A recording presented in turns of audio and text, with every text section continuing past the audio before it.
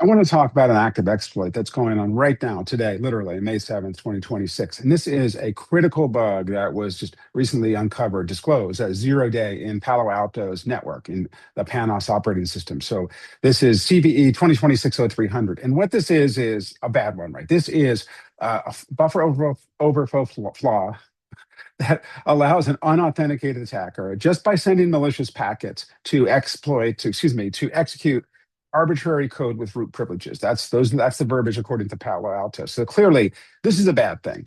And if you have Palo in your networks, and specifically if you're using what's called the user ID authentication portal, stop listening to my video. Go investigate this and take action on it.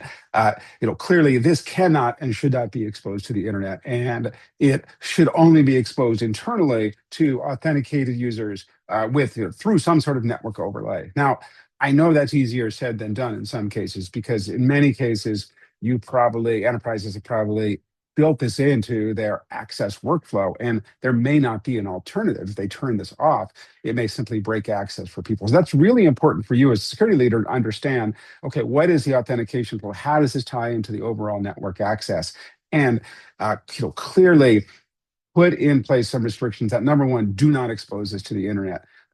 If it is exposed to the internet and you think you have a need to do it, for goodness sake, spin up a zero trust remote access component in front of it, or I'm holding my nose here, put a VPN in front of it, right? Do something to avoid it being exposed to the internet. Number two, make sure that you have clear visibility into what's going on in your network. So if you do see anomalous access there, if the logs from PanOS are coming out showing some sort of anomalous activity, you can take action on it. And number three, this is a great example of the types of vulnerabilities that we're going to continue to see.